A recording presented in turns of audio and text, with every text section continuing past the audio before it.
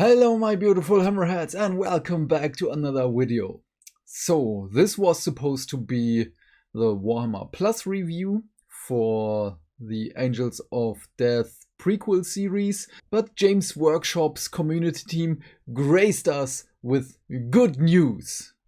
Let us look at the Old World. Old World Development Diary. Explore the war-torn lands of the world that was. And before we begin, this game will come next year. They will not release the Old World when 10th edition of 40k releases this year. With this out of the way, it's been a while since we made the first cryptic announcement of a return to the Old World in 2019. Damn, it's been long. Many of you have clamored to know more, and now it's time for Rob Alderman of the Warhammer Studio to explore the gripping setting of Warhammer, the Old World, in more detail than ever before. We've hinted at the unprecedented amount of work that has gone into this new game in its setting. In candlelight secrecy behind the great oaken portcullis doors of the Warhammer Studio, the Old World team has dedicated countless hours to research and playtesting. Our goal was to create a game that captures the best elements of all the editions of Warhammer Fantasy Battle, but at the same time providing new and exciting rules and fresh challenges to overcome. Okay, this sounds very interesting, with all the elements of all the editions. Now you have my curiosity piqued, James Workshop, or rather Rob Alderman. The Old World. One of the most important aspects of Warhammer the Old World is the setting itself. Obviously, this is the world that was. A world of legend destroyed by the machinations of the ruinous powers of chaos at the culmination of the end times. An event that doomed the denizens of the Old World to oblivion and heralded the birth of the mortal realms and the Age of Sigmar. It's important to remember though that even though the setting is returning, these events still happened and that the Old World was destroyed. The end times had long been foreshadowed in the background of Warhammer Fantasy Battle. Yeah, kinda, but now I totally skipped this amazing flagellant artwork. I love this, with the two-tailed comet on his crotch tabard. So if there is a slight possibility that every soldier of the Empire will look like this, beautiful. Just beautiful. I love the blue. Well, it's not really a surprise that I love the blue on these guys, with my favoritism for the color blue. But look at it! Damn. The beards, I love you guys. The Great War against Chaos. With the end of the world well documented, the design team wanted to explore the earlier history of the Old World in more depth, to examine events in the history of Warhammer in more detail than ever before. But which part of its long and storied history should they focus on? Go too far back in time, to the War of the Beard or the time of Sigmar for example, and the setting would have become unfamiliar. Yes, and kinda no, but we will talk about this in a moment.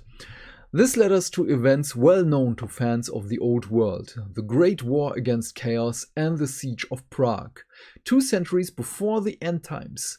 More precisely, we decided to look into the decades prior to this legendary world-changing events, in those years before the Chaos Lord Azawa Kul led his army south against the nations of men and dwarves. The Empire of Man was not the unified nation that bravely faced the armies of Archaon that players of the Warhammer Fantasy Battle will remember. Instead, it was deeply divided and ravaged by war following long centuries without the unifying presence of a single emperor. Yes, and again, damn, I love this great blade wielding dude. Does he have hairpins in his thingy? Beautiful. I love the artwork. I missed this artwork style. Anarchy in the Empire. Following the death of the famed Emperor Mandrit von Zelt, the Elector Counts were unable to decide upon a successor, and when the Countess of Talabecland and the Count of Stierland mobilized their armies to claim the imperial throne by force, the lands of the empire fell into civil war. In the centuries that followed, numerous claimants to the imperial throne emerged, deepening the divides between the provinces of the empire and prolonging the civil war. Thus, at the time Warhammer the Old World is set, in the years before the Siege of Prague, the empire stands divided, riven by intrigue and beset by internecine war? I don't know this word. Of the many provinces that once formed the empire. Four stand tall, their mighty rulers pressing their claim for the imperial throne and hoping to reunify the fractured realm. The Barony of Westerland. Ruled by Elsbeth Margrethe VI, Westerland is a wealthy province. Its merchant lords grown fat on the trade that flows through Marienburg's vast harbors.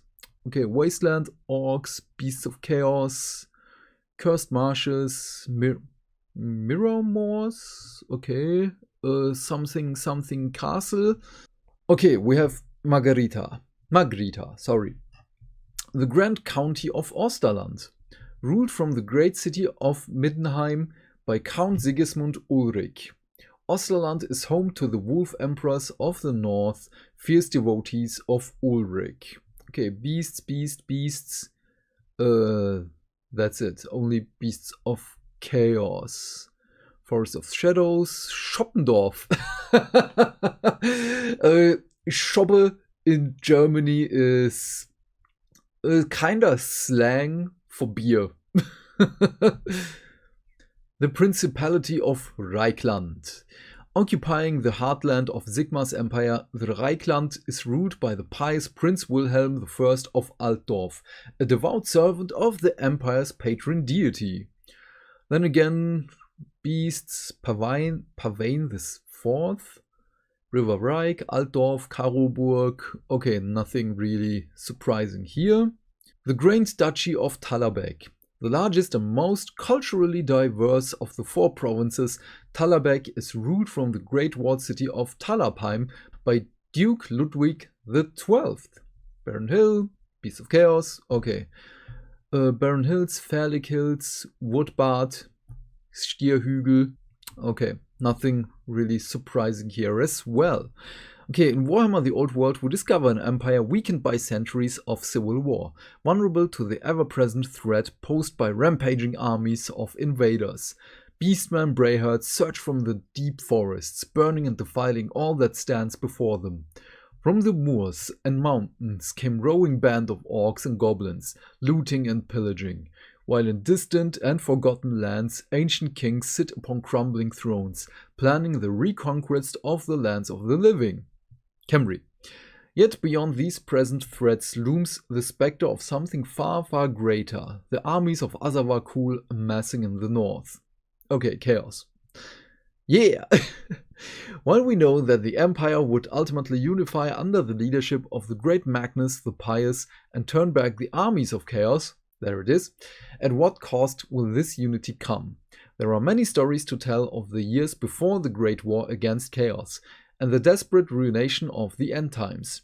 Truly, Warhammer the Old World promises to reveal much about the world that was, in ways sure to captivate fans of the old world, old and young. Thanks, Rob. That's certainly a lot to look forward to. You can keep... newsletter, blah blah blah. Okay, I'm again very excited, especially because of the artworks. I love the art style of the Old World, or rather the whole Games Workshop systems. So this is nothing really too surprising. But damn! The regular foot soldiers and the elite Zweihand Schwert, the greatsword dude. Oh, beautiful. Just beautiful. I'm excited. So what I wanted to talk about is here the War of the Beard, when elves and dwarves started to fight each other because there were some shenanigans between them, intrigues, and well, a caravan of the dwarves was raided by the elves to start a war, actually. And this is way, way back in the timeline. But now that I think about it, okay, yes, this would alienate many of the fans because it's not really a known era. You had to read the Sigmar books, so the Time of Legend books, and I believe there was a passage in the elf novels about this, especially in Malekith, was it? I guess. I can't remember. It was somewhere there. But yeah, this is great. I'm looking forward to this. And with the release of the Old World next year, I can already say and prophesize that every Games Workshop system will be on a 4-year cycle. Because we have the Old World, then we have Age of Sigmar, then we have Horus Heresy, then 40k. Or in any other order, but this would be my guess. Or them sticking to the 3-year cycle for the main systems, 40k and AOS, and going to a 6-year cycle with the pre-systems, let me call it like this. So now this would look like 40k, Old World, Age of Sigmar, 40k, yes, then Horus Heresy, Age of Sigmar, 40k, Old World, and so on. Maybe. But I would rather say 4-year cycle would be better, then we would have every single system updated on a regular schedule. I would love that. Would be better than a 3-year cycle and better than the 6-year cycle for the other 2 systems. But this is just a hypothesis. Yep, this made me really excited for the Old World. I'm loving this news. But to be fair, I was still pre-excited for this one. My excitement never wavered for this. But yeah, what are your thoughts on all of this? Please leave your thoughts and questions in the comment section down below. I am keen to know what you have to say. And while you're down there, do all the YouTube stuff because hitting buttons is fun. If you want to support the channel and you don't know what to say, just write the Old World in the comments. Have a great day, my friend. Stay fantastic. Stay hydrated. And I will see you in the next video. Bye!